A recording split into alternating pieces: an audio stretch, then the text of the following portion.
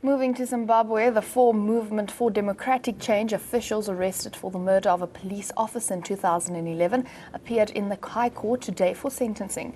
Three officials, Tungamaria Madzokere, Last Amayen Gamhama, and Yvonne Masarua, were convicted of the murder of Police Inspector Pietros Mutedzwa with actual intent. Phineas Natarikwa, the fourth person, was found guilty of being an accessory for transporting the other accused persons from the scene of the crime. Initially, 29 Glenview residents were arrested and charged when they threw stones at police officers during unrest, resulting in Mutedzwa's death in 2013. 25 of the accused residents were acquitted, while another MDC activist, Rebecca Mafikeni, succumbed to ill health while detained in prison in Harare. I am now joined in studio by Bishop Paul Vurain, a Methodist Church, and Zach Njagu. He is the MDC spokesperson, and Kali Pani Pungeni is Shadow ICT Minister of the MDC. Now, gentlemen, before we start, for the viewers, I would just like to have your input on the events that happened before this, or the build-up to the events that happened, resulting in the death of the police officer. Actually, good evening, viewers. Actually, what has been happening in Zimbabwe is the selective application of the law has been done, I think, since 1980. Whereby it started in Matebeleland, where we have witnessed Gukura Hundi, which was perpetrated on the people of Matebeleland, the people of Ndebele origin. We thought probably that moment of madness, that moment of brutality was going to stop there because we were coming from war. It never stopped up until today. In 2011, 29 MDC activists were picked from churches, were picked from houses, were picked from bars by the Zanu-Pf regime, being accused of killing a police officer who was in a public place whereby no one could be really pointed at to be said, this is the person who have done this offense. But they went into the houses, they went into the churches, they went into bars, picking people of their choice who were actually far away from the incident of murder which had transpired during that day. So us as the MDC, we are saying this madness which Mugabe is keeping on perpetrating on our people should come to an end and should stop right now. Because we cannot look at our people being killed willy-nilly by a system which is anti-people. Bishop, we can come to you. What is your input on this? What led up to the whole event? Well, my understanding is that a policeman lost his life in a stoning, and that now people have been found guilty of the crime, and that the possible sentence will be the death penalty. You must understand that I don't live in Zimbabwe, so I am at the receiving end of some of the brokenness of that country, with refugees coming into South Africa. And the huge anxiety for me would be the accounts that I hear of a collapse of the rule of law, of the victimization of any kind of opposition to the status quo, and of a disintegration of the entire system, in my opinion, of democracy. Mr. Pugeni, if we can come to you, what is your views on what has transpired in the sentencing of these men? Naturally, I'm saddened. You get a sense of betrayal,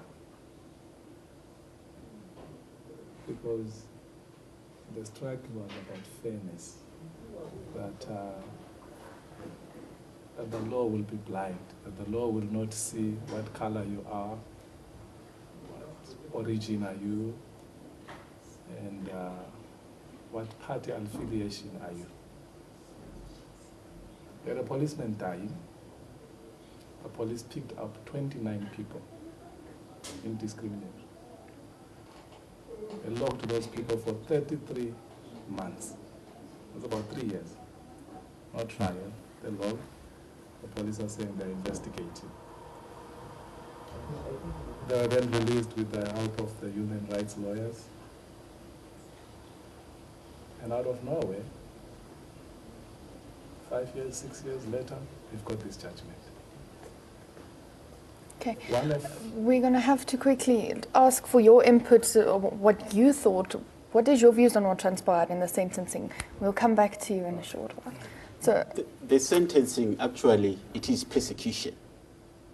It is persecution of perceived activists in Harare, in our party MDC. It has got nothing to do with the murder. This is targeting of our members or anybody who belongs to any opposition party. So one person was stoned by a single stone, and 29 people are picked up. What discretion are they using to find out this one person who threw the stone? It's true, and you were saying there were so many people arrested. They were held for so long. Yeah, for 39. Even one person succumbed to injuries or to ill health. For 33 months, one person died there. Now, you're sitting with a situation where you've got thousands of people that die in Zimbabwe on politically motivated killings. Not a single person gets arrested. When it comes to MDC people, if a policeman dies and it's alleged that MDC is involved, anyone who holds a card within the MDC is guilty. Basically, I'm saying there's no law in Zimbabwe. You can't speak of any process because there is no process, because this system it's selective in its application. You are guilty by association, you are guilty by membership. They have taken innocent people and they've charged them and convicted them on a charge of murder that carries a death penalty. And I appeal to the Africa in general and the South Africans, especially South Africa, because of its clout in the region, to really speak up on behalf of democracy. It's discouraging. A few weeks ago, we had the SG of the ANC, General SG Kwetemantashe, speak against protest, which is a constitutional right to protest. Now you got 4 people, 3 of them charged and convicted on murder charges by a judge, by the way, who's an activist because he is a Zanu-Pf card-carrying judge. And you sit there and ask yourself, what more should the people of Zimbabwe do to appeal to the so-called democrats in the region to intervene and do something on behalf of the people?